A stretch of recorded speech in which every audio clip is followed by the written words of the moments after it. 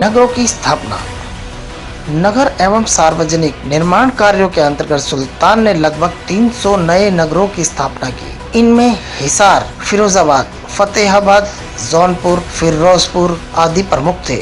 इन नगरों को यमुना नदी के किनारे बसाया गया। फिरोजाबाद सुल्तान को सर्वाधिक प्रिय था। जौनपुर की नींव फिरोज ने अपने चचेरे भाई फरुखुद्दीन जोना की स्मृति में डाली थी।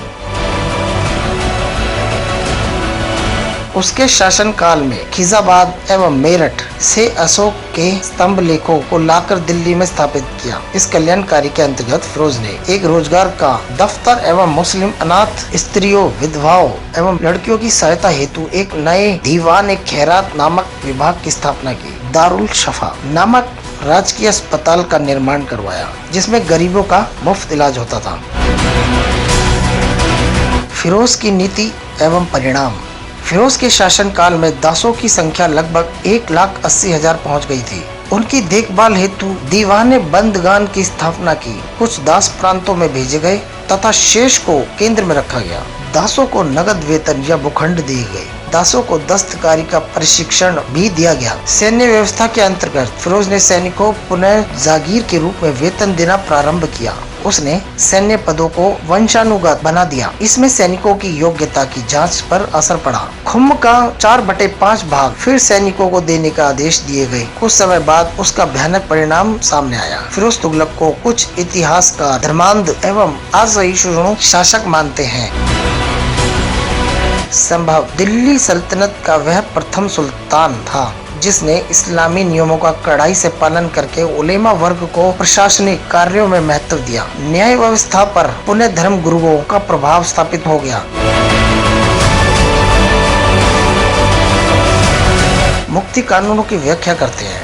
मुस्लिम अपराधियों को मृत्यु दंड देना बंद कर दिया गया। फिरोज शाह कट्टर मुसलमान था। उसने हिंदू जनता को जिम्मी कहा और हिंदू ब्राह्मणों पर जजिया लगाया। Doctor R.C. मजूमदार ने कहा है कि फिरोज इस युग का सबसे धर्मांध एवं इस क्षेत्र में सिकंदर लोधी एवं औरंगजेब का अग्रगामी था। दिल्ली सल्तनत में पहली बार फिरोज तुगलक ने ब्राह्मणों से जजिया भी लिया।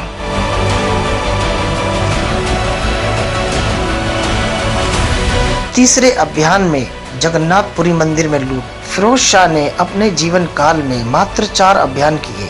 इसी क्रम में फिरोज तुगलक ने ब्राह्मण को सिर्फ इसलिए जिंदा जलाया क्योंकि वह मुसलमान के बीच हिंदुओं की प्रशंसा कर रहा था। उसने नगरकोट 1360 में प्रसिद्ध जगन्नाथपुरी के मंदिर को नष्ट कर दिया और मंदिर में स्थित पुस्तकालय के 1300 संस्कृत ग्रंथों का फारसी में अनुवाद करवाया, जिसे दलायते फिरोज शाही नाम दिया। इसके साथ ही फिरोज शाह ने प्रशासन में हिंदुओं को शामिल करना अत्यंत सीमित कर दिया।